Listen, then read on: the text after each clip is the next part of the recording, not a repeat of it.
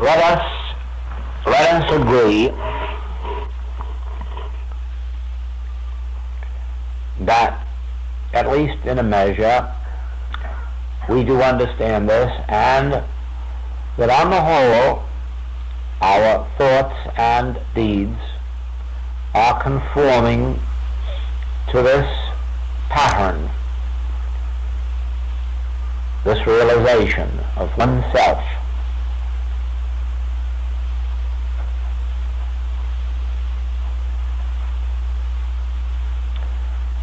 We have accepted the Master's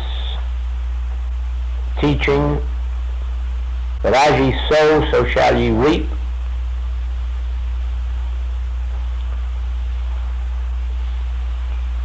We have accepted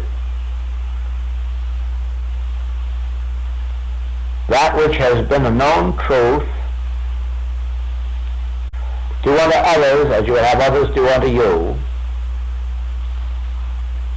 And remember, that was written not for any school book copy or precept. That was written as cosmic law, and probably originally said, not do unto others as you would have others do unto you, but it will be done unto you as you do unto others, because there is but the one. Having accepted and seen and understood this, let us see this now in connection with the work in which we are engaged, that is, spiritual healing, spiritual demonstration, spiritual living.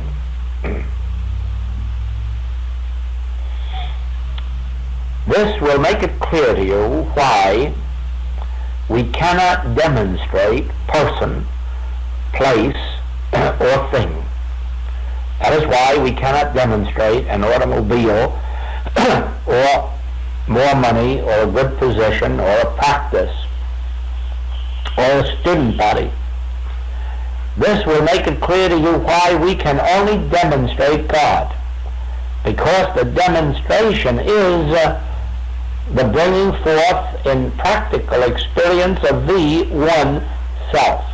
Now, if instead of this appearance you, if I can retire into meditation, into quiet, and perceive God as your being, I will have demonstrated God as your experience.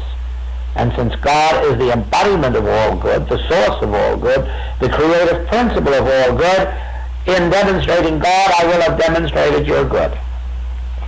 Then outwardly it will appear as that automobile you need, or the position, or the health. But you see why the demonstration of the health or wealth must fail when it is attempted as if it was something separate and apart from God's self. Now, if I do demonstrate by mental hocus pocus or any other abracadabra an automobile for you, or wealth, or health, I have left you with nothing more than if we had gone out here to an empty coconut tree and strung coconuts on it and say, I have made your demonstration of supply. No, we haven't. That tree would never acknowledge that the coconuts hanging on it are its supply. It would acknowledge its supply as the coconuts which come flowing up from within itself and then hang themselves out on a branch. It could look out on those and say, my demonstration is made. So with us, we can hang wealth or health onto a person, sometimes through mental treatment, sometimes through physical help, but all we have done is hang coconuts onto the outside of a tree and believe that we were demonstrating the fulfillment of a coconut tree, and we weren't. Now then, when we turn to you, your patients, your students, ultimately this world, and realize, I must demonstrate your God self. I must make the demonstration of God for you. I must demonstrate the presence and activity of the Christ of you. Now we have turned to the 12th chapter of Luke, the 22nd to 23rd verses, and we have begun to seek ye the kingdom of God and his rightness. Now when we sit back in meditation and forget about the automobile you need, or the money, or the health,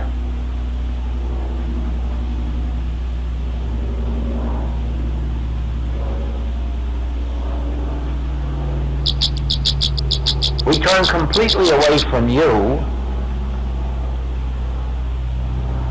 We turn within ourselves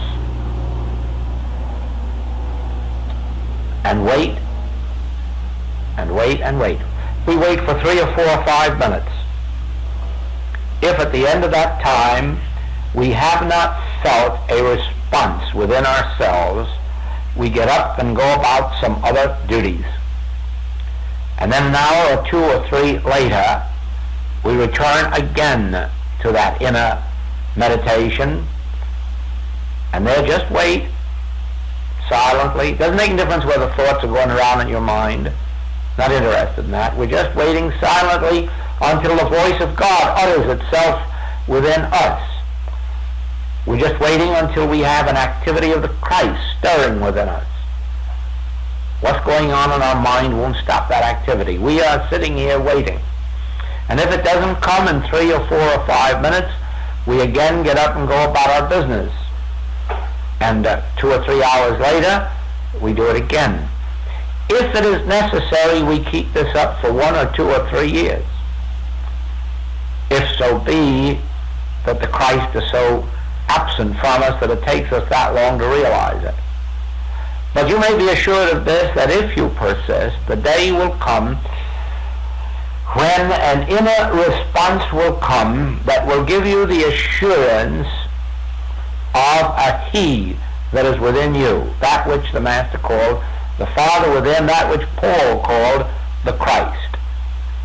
You will get that feeling, that assurance, and when you do, you will have demonstrated your Christ self. Now, when you have demonstrated your Christ self, your God self, you have at that instant demonstrated the God self of your patient, because there never was more than one self. That's why it wasn't necessary to transfer thoughts from one to another or get a treatment over to somebody. The mere fact that they contacted you made you of one household, God. And so it is that every activity of truth felt within you at that instant became a law unto your patient or student, and you did not have to think of your patient or student or of their name or where they were or what was wrong with them, because we're not demonstrating something for them, nor are we demonstrating the getting rid of something for them. Please remember that part, won't you? We are never attempting the demonstration of getting rid of. We are never attempting the demonstration of overcoming, any more than we are attempting the demonstration of getting. We are attempting only the demonstration of God's presence, the demonstration of the activity of the Christ within us. Then, because you brought yourselves to this room, you partake of every activity of Christ within me. If I send for you, or if you were advertised for, or if you came for some ulterior motive, you shut yourself out because you had never included yourself in. When you come of your own free will, when you come through some divine urge or leading within, the work is already done before you get here, for the simple reason that the same divine impulse that sent you here is meeting you here. Do you see that? That is why when a person of their own volition asks for help, they inevitably get it. That is why when we try to go around being do-gooders, try to inflict God on people, we not only do them a disservice, but we end up by getting in trouble ourselves. Just the same as somebody would get in a lot of trouble who would come in here trying to sell me on the idea of giving up God. Now, I'm telling you, they'd find a very unpleasant experience. But I also remember a time when somebody tried to sell me on the idea of God, and they got a very unpleasant response because I wasn't ready for it. Why should anyone enter my household and try to sell me anything? I have the same divine intelligence that anyone else has, and if I'm not ready for it to be made manifest, nobody on this earth can give it to me or sell it to me. Now, I'm saying that for this reason. As you go out into the world, you will find those who misunderstand the nature of the work of the infinite way. Only this trip, I was accused of being so exclusive, I bar everybody out. That isn't true, and you know it. I don't bar anybody out, I just don't invite them in.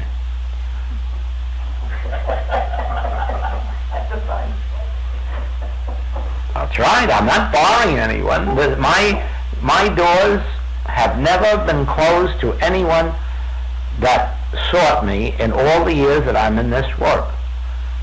But I've had a lot of people dragged to my door that I just wouldn't bother with after they got there. When the change came to me in my work from practitioner to teacher, it didn't come because I sought it. I was a practitioner 16 years before I did healing work. But when it came by an inside unfoldment, revelation, and it came in plain English. And the last words that were uttered were these: never seek a student. Always care for those who are sent to you by spiritual impulse, and then give them what is given you to give them. Those were my orders. Never seek a student. Only yesterday I had to write a letter saying, no, I'm sorry, I cannot give my permission for you to put a notice in the newspaper about Infinite Way meetings. Oh, a newspaper notice is so harmless. Yes, it is harmless. It is harmless. It serves as an advertisement. What are you advertising? That God will be given to you, or some form of good? Do you want to put an ad in the paper, God? Go ahead. Then at least nobody will come in under false pretenses. Now, it is true that wherever I speak, that sometimes a notice is put in the paper just to the effect that Joe S. Goldsmith, The Infinite Way, will talk. That is a little different because that is merely a notice to those who already know Joe S. Goldsmith and The Infinite Way, and it's letting them know that he's in town, whereas otherwise they may not have any knowledge of it. It's not an ad because there isn't a soul in the world who would answer that ad, except those who know. That's quite a different thing. But anything that is designed to bring people to this, or to promise them that their problems will be met, is just misleading them, because there is only one thing we can promise anybody, and that is God. That we can do. We can bring God to their conscious realization. And if that is their interest, they are of the household of God. The moment they are seeking things, it's different. Now, that does not mean that we haven't the right to suggest to those of our friends or relatives who we find to be in difficulty that there is a way out for them, That is perfectly a legitimate activity.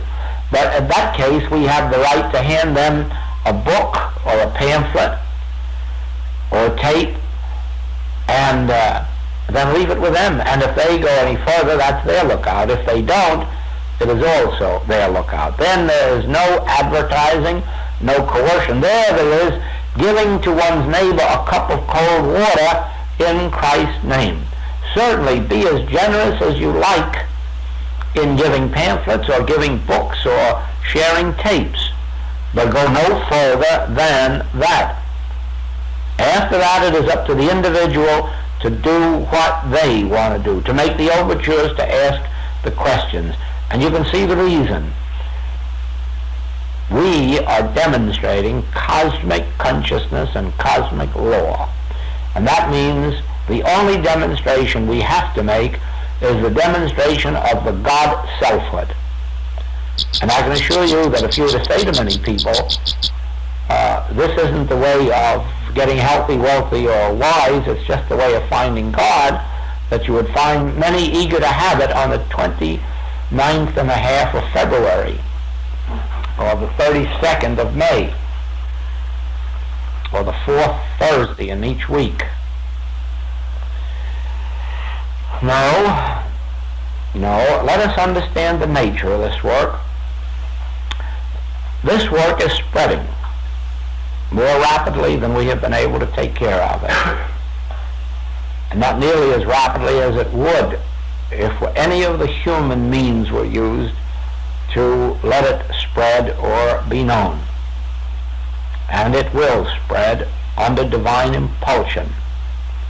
But let us realize now that the function is first with us as individuals. We cannot save the world if we ourselves are not saved. Physician, heal thyself is the truth. Now then, if I can make my conscious contact with God, I can in some measure be a blessing to you. If you can make your conscious union with God, you in turn can be a blessing in some degree to others. And in that degree we can bless the world. But not if we stay in the realm of the intellectual knowledge of this truth without the spiritual apprehension of it. And this comes when we understand what the principle is that we're doing. Now let me pick up here.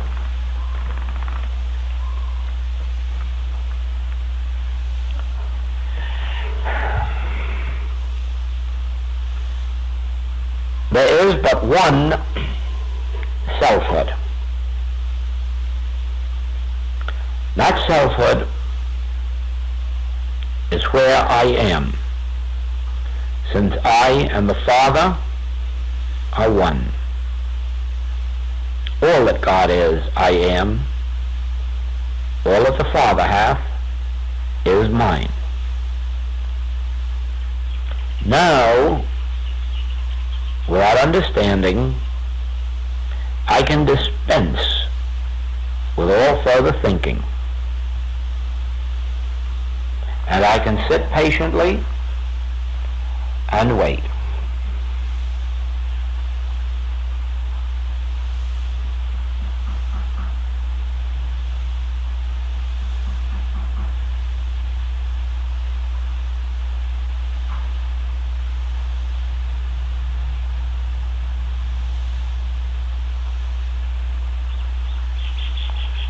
Now this is where our real work is done, in this waiting. If sitting here I attain the conscious realization of the presence of God, if I attain a feeling of the activity of the Christ within me, everyone in this room must feel that impulse. Everyone who is at all inclined to be receptive to the voice or spirit of God, and In that degree, then, this realized activity of Christ within me becomes the law of harmony unto you, but not only unto you.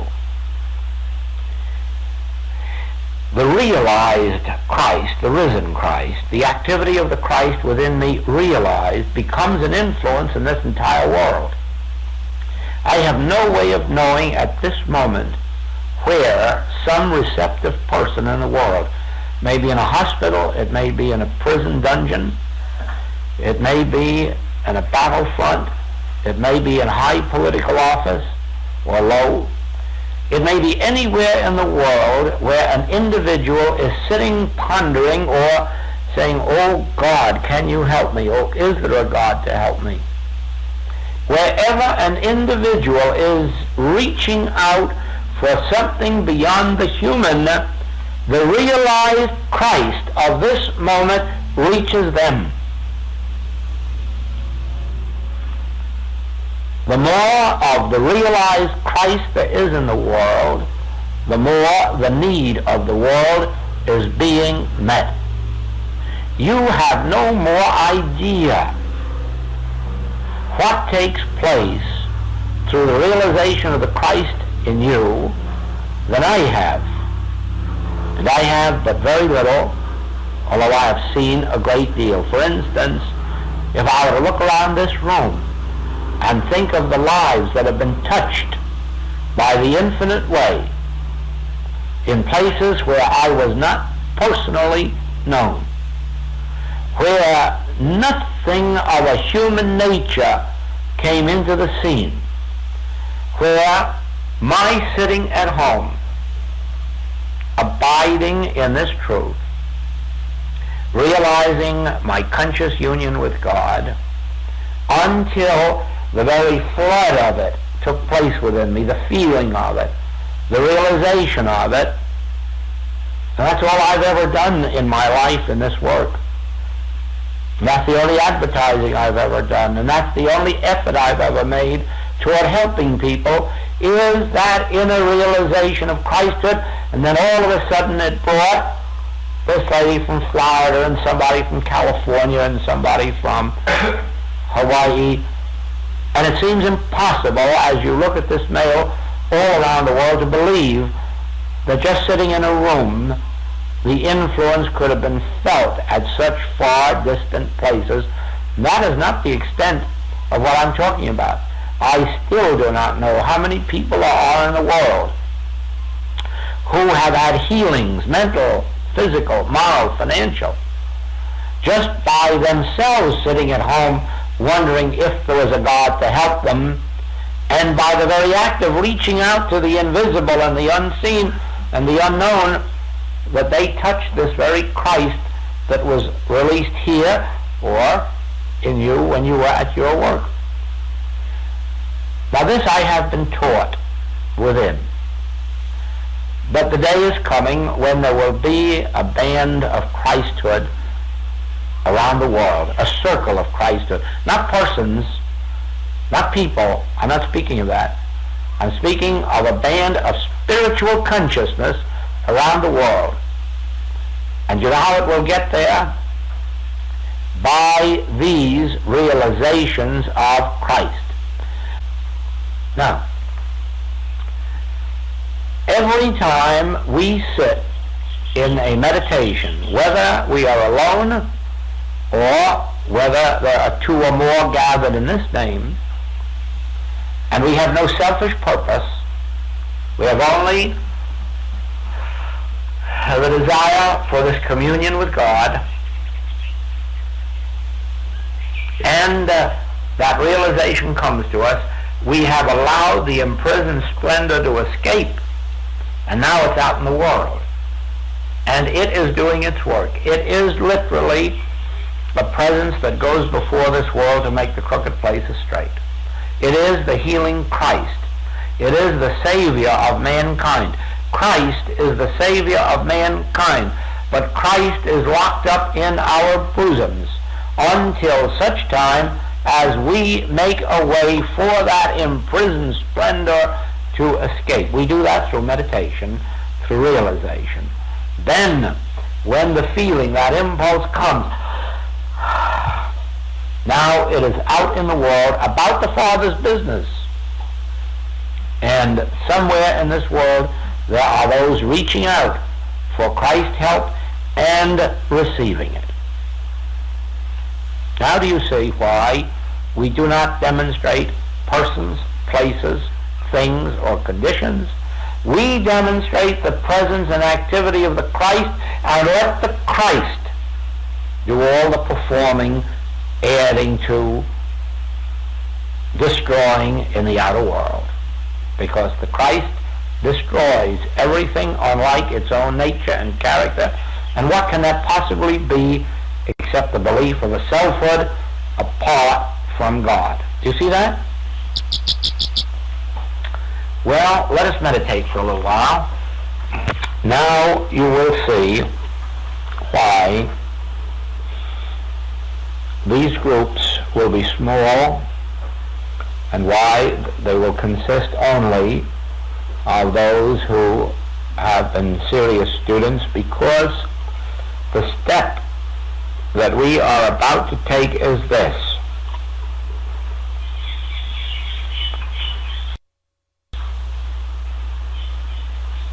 It must be true that if the activity of the Christ could come alive in me sufficiently to have enabled me to work these 25 years in this work with some little measure of success, then it must be possible for the activity of the Christ to come alive in everybody on the face of the globe who is spiritually prepared for the experience. Now, I do not for a minute believe that it is an experience that is possible to everyone on the globe at the present moment, any more than I believe that everybody can go out and get a degree in engineering or architecture or anything else without the necessary preliminary studies. And I do not believe that everybody on earth is of the fertile soil. Otherwise the Master would not have referred to the rocky and the barren, and the fact that the poor we shall always have with us, the poor in spirit, the poor in spiritual development. Now that doesn't mean that they will not eventually evolve. They will, because in the end every knee must bend, every knee must bow. Everyone ultimately will come into the spiritual heritage, but we are coming into it individually. Those of you who have given 3, 4, 5, 6, 7 hours a day to study, meditation, practice, must certainly be developing a higher spiritual awareness than those who are devoting 30 minutes a day or 20 minutes a day. And of course you can tell in your own experience whether or not that is true. You can tell in the experience of your friends. The mere fact that one cannot give hours a day to this shows that they haven't the spiritual preparation for it. They get fed up after 20, 30, 50, 60 minutes. Now, we've probably all been through that same boat. Most of us have. I have. Now, the day comes when our appetite develops to such an extent that we just cannot satisfy it. No matter how many days or weeks we stay at it, or how many hours a day. All right then, let us assume that those who have been, by their studies and meditations, spiritually prepared, the time must be now for the awakening of the Christ, the rising of the Christ in them. And you can know when it happens by its fruitage. There must be healings, there must be comfortings, there must be risings up out of sin, lack, poverty. There must be good coming into the experience of those who seek you, not necessarily those you would like to save. Unfortunately, it is often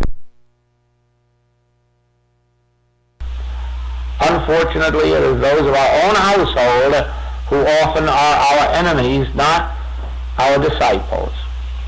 It isn't given to us to decide who is to be saved.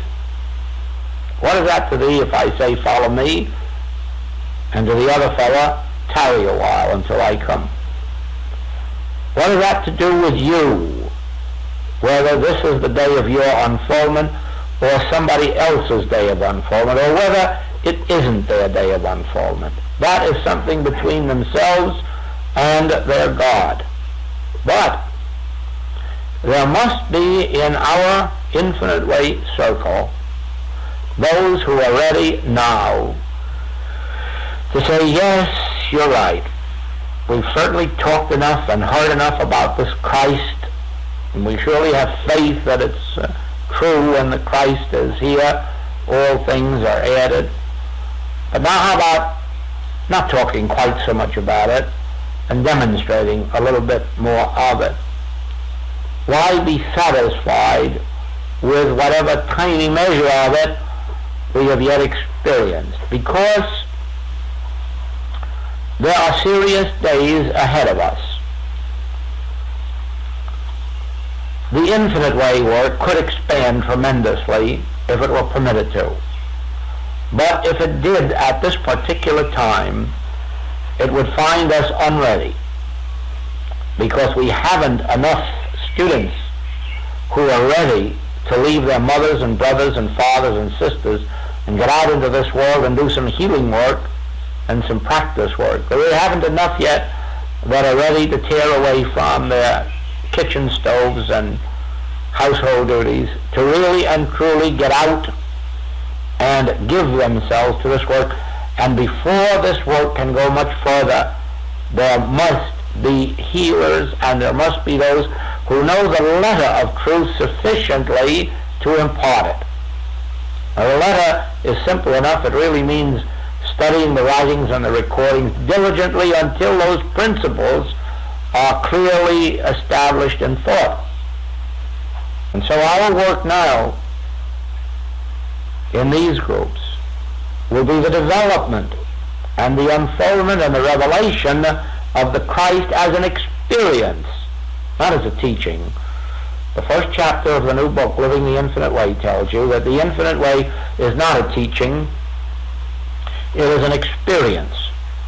But that's only true in the case of those of us who have experienced it. To the others, it's still a teaching. But we must make it literally true that it isn't a teaching, it is an experience. Now, the very moment that you are able to meditate long enough to come into this experience of actually feeling and witnessing the Christ in action, that is the moment then that you can say, come unto me, all ye who labor and are heavy laden, and I can give you rest. You will find in the book Metaphysical Notes the theme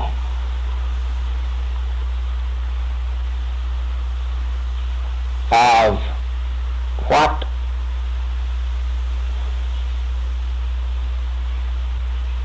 we are trying to bring forth now. Remember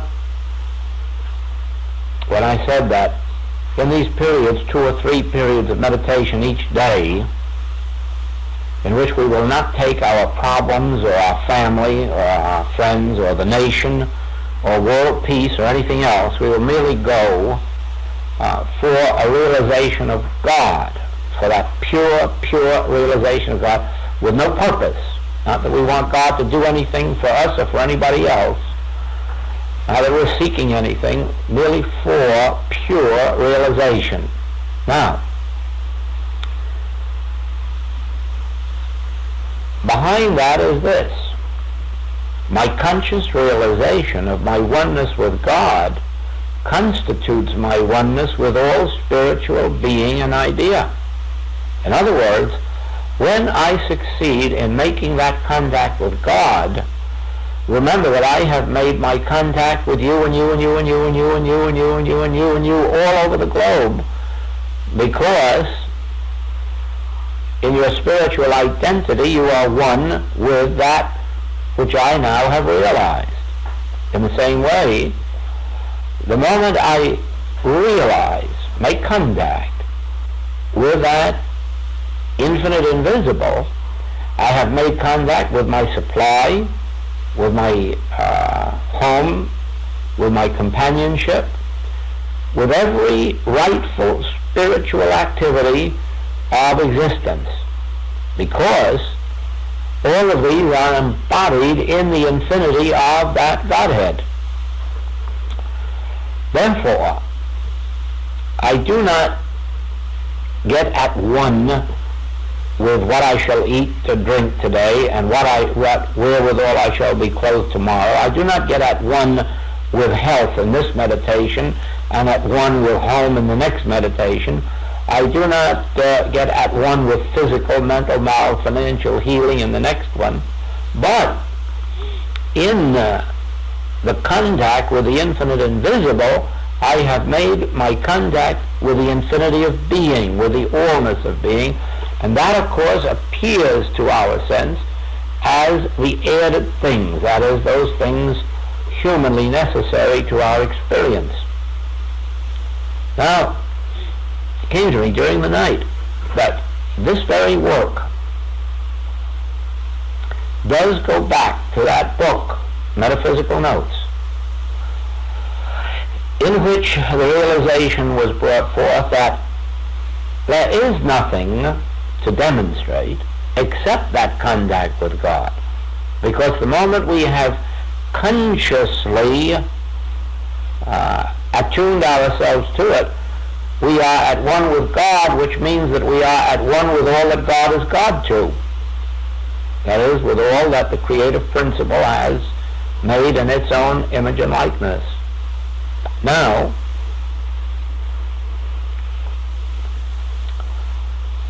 from there, it is but one step to this that comprises the unfoldment that is imparting itself to us now, but which is the one point which we do not readily grasp. Now, it is not an easy one until it comes by inner light. I can tell you that I have had my own struggles with it. And it was only when the inner light itself came that in about 3 or 4 words the demonstration was made. Now, heretofore,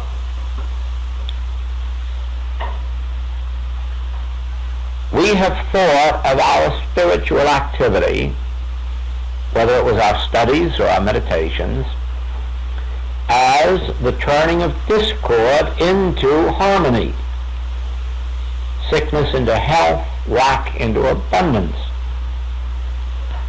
loneliness into companionship, homelessness into a home.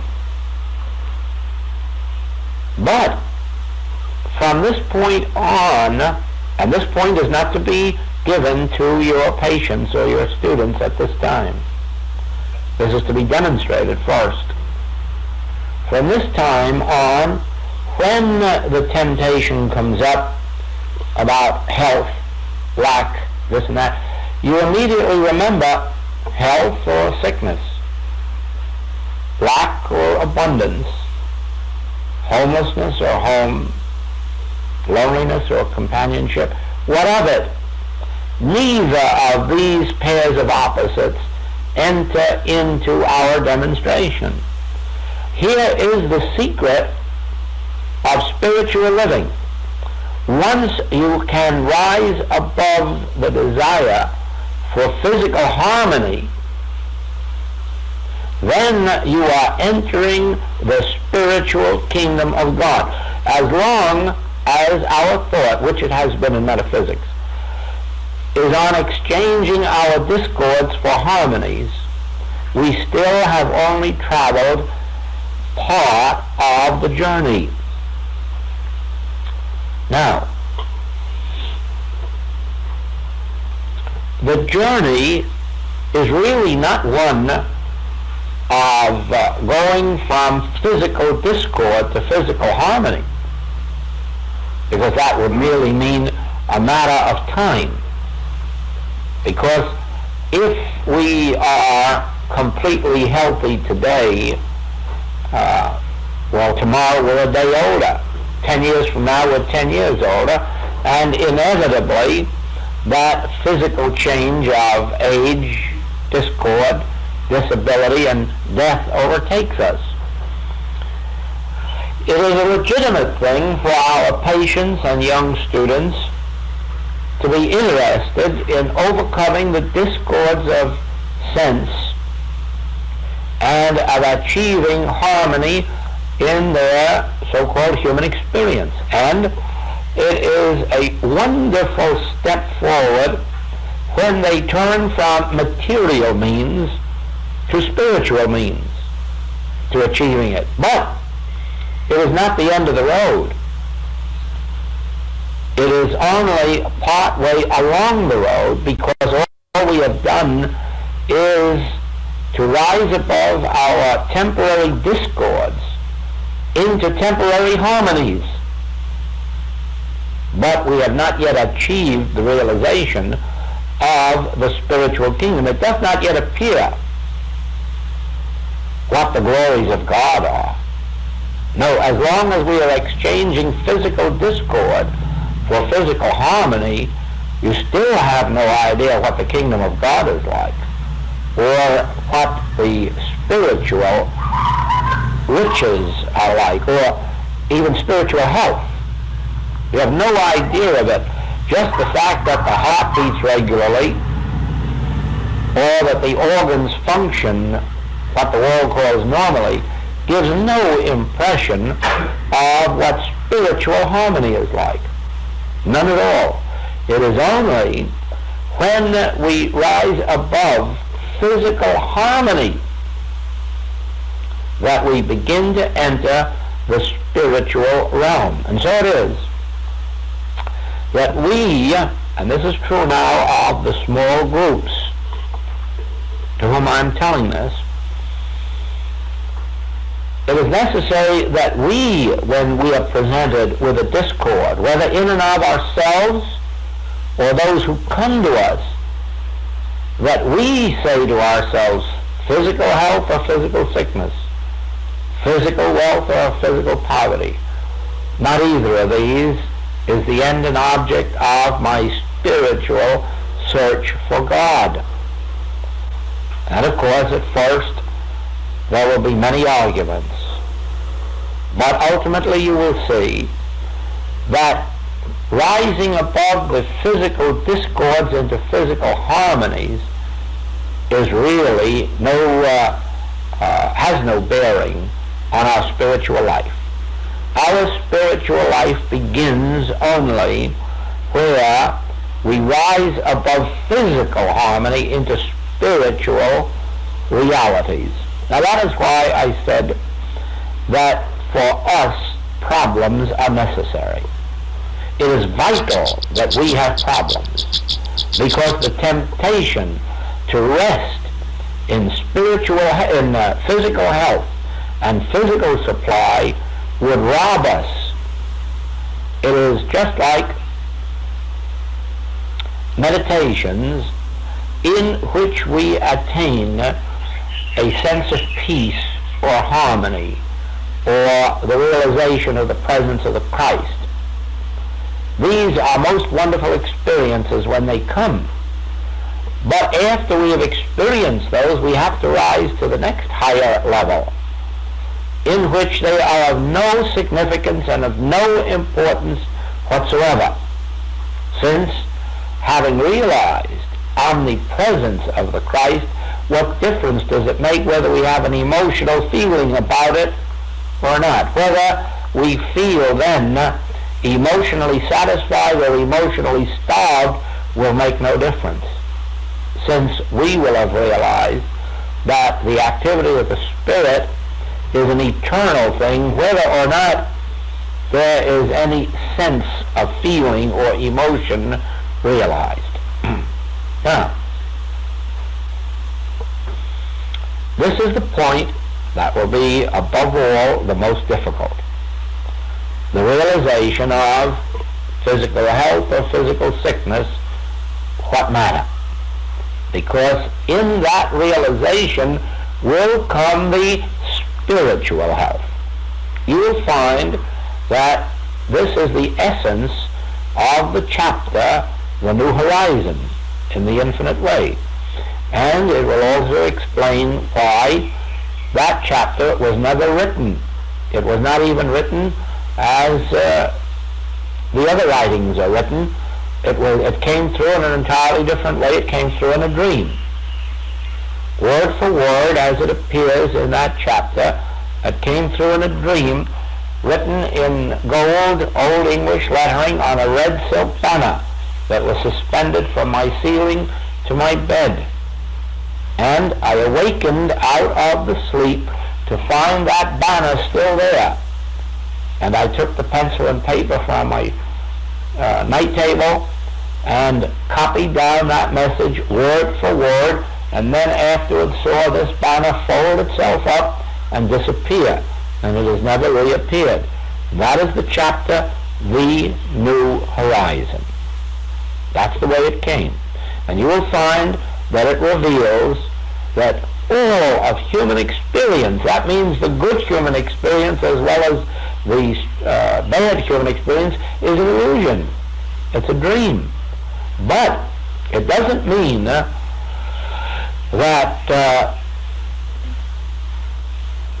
this world is a dream. It means that this world as we see it is the dream. And from the moment that our interest in physical harmony disappears, we then begin to behold this universe as it is. When we awaken, we shall see him as he is, and we will be pleased with this likeness. We will be pleased with what we behold. Only though when we awaken. Now, the awakening comes when you can realize that health is only the opposite end of the stick of ill health, that wealth is only the opposite end of the stick of poverty. But somewhere in the spiritual realm there must be a consciousness of no health and no lack of health, just as eventually you come to see in relationship to God that God is no power. At first, God is a great power which overcomes lesser powers. God is the great spirit that overcomes error, overcomes sin, disease, death, lack, and limitation. Then comes the second unfoldment in the realization of God, in which God is the only power, and it does not overcome any other powers, since there are no other powers to be overcome. That is the realization in which there is no truth over error, no God over the devil, no spirit over matter, no reality over unreality, since the reality being the infinite all, these other things exist only as illusory beliefs and not as entities or identities or powers. That is when you come into the realization of God as infinite, all, the one being, the one power, the one law. But then you go on to the still higher realization of God, in which you learn that God is no power. Why is God no power? A power must always be a power unto something. A power must always exert itself in, through, over. But God is no such thing. God is a state of divine being. God is the state, the infinity of divine being. God is not a power because there is nothing for God to be a power to. God does not even create. God is an infinity of being appearing as. If God created, there would have to be a time of creation, probably even a place of creation, and then you'd have God confined to time and space. God is not confined to time and space, and therefore God is not confined to energy or power. God is. God is being. God is, and that's all that God is. God is not life, truth, love. God is not health, wealth, harmony, wholeness. God is not all of the things that God is supposed to be. God is. And that's what God is. God is. Anything else sets up a sense of separation, or it sets up time and space. Now, to understand God as no power, but just as being, is normally and naturally to see that there could be no such thing as health or unhealth, because then God would be being something. And God isn't something. God can't be confined to something. God is no thing. And that is literally true. God is no thing. God is nothing. God is no thing. God is being. And God is being what? God is being God. That's all God is ever being, is God. And in that God is only the being which we would call infinity or immortality. And so there are no opposites. There is no such thing then as life and death. There is no such thing as health and sickness. There is no such thing as abundance and lack. There is only the infinity of God being God. Now, as the temptations come to us, and they do, and they continue to, not only in our own experience in some minor degree, rarely in any major degree, but in the experience of our patients and students in tremendous degree. There is where our major temptations come in that we are made to believe that there are conditions natural to others or present in others, not present in ourselves. And there is our temptation to wander away from the one self, which is all there is. The one self. Now,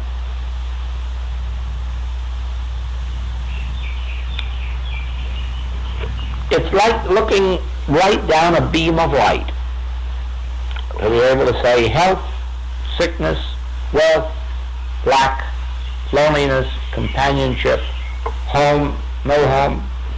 You're looking straight down the beam of light and witnessing heaven, harmony, wholeness, completeness. The only way that I can describe it is to remind you that you can't feel the blood coursing through your body.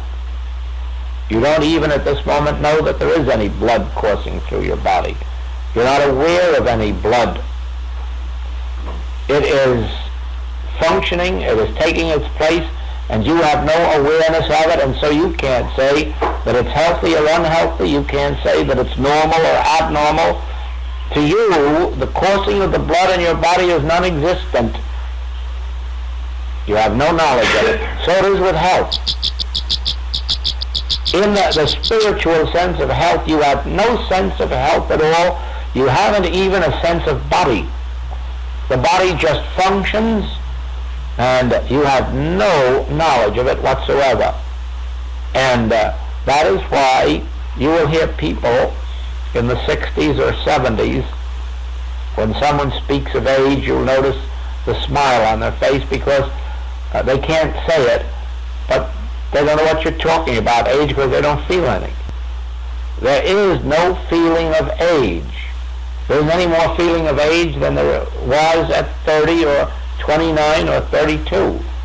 And that is because there is neither age nor youth. There is only being.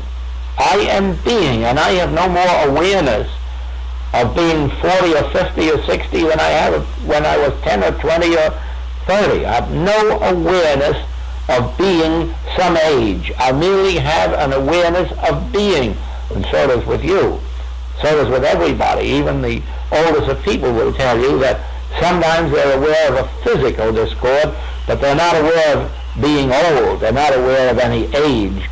It couldn't be, because the being which I am is an ageless being. Now, the reason that the body separates itself from that sense and begins to show signs of age is because of the accepted belief that I and my body are two separate things, whereas I and my body are one. The Father and I are one.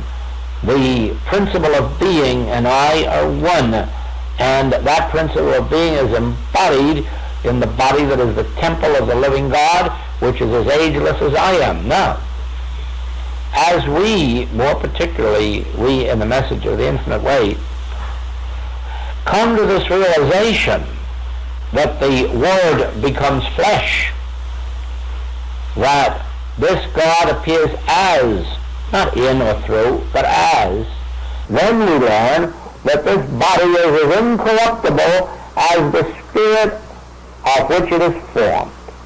Then it is that the body does not age or have aging processes any more than we have. And we never have. No one ever is aware of being any older than they were 10 years ago. And if they feel any discord in the body, it is only because the me and my body have become two separate things, which is normal and natural according to human belief.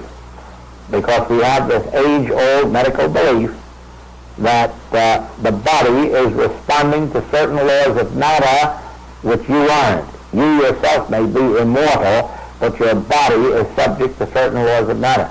That is not true. Your body is subject to certain laws of material belief until, by an activity of your consciousness, you bring your body up to heaven's gates. And by another activity of consciousness, carry him right through the gates into heaven. And then you'll never more be separated from your body, which means from your youth or strength or vitality. Now, this will not come while we are seeking health or supply or anything on the human plane. This will only come when we have given up the search for things and conditions and resolved our life's work into the realization of the activity of Christ within.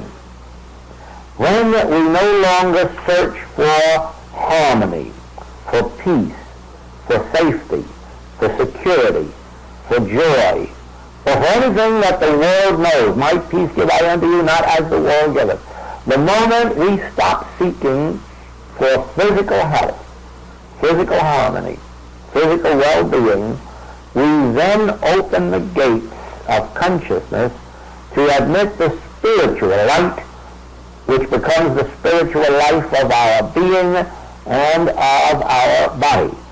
That comes solely with the activity of realization of the Christ, and for no purpose.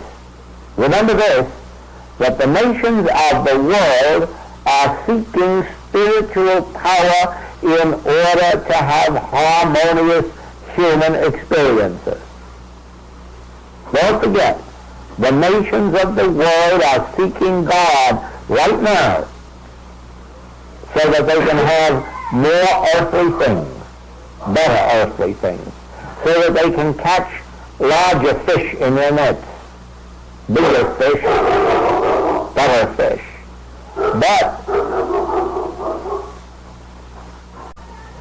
But the basis of our work is leave your nets.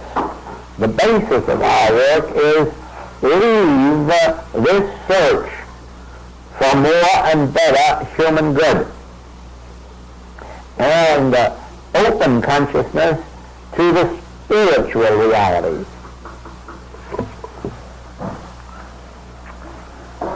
All right.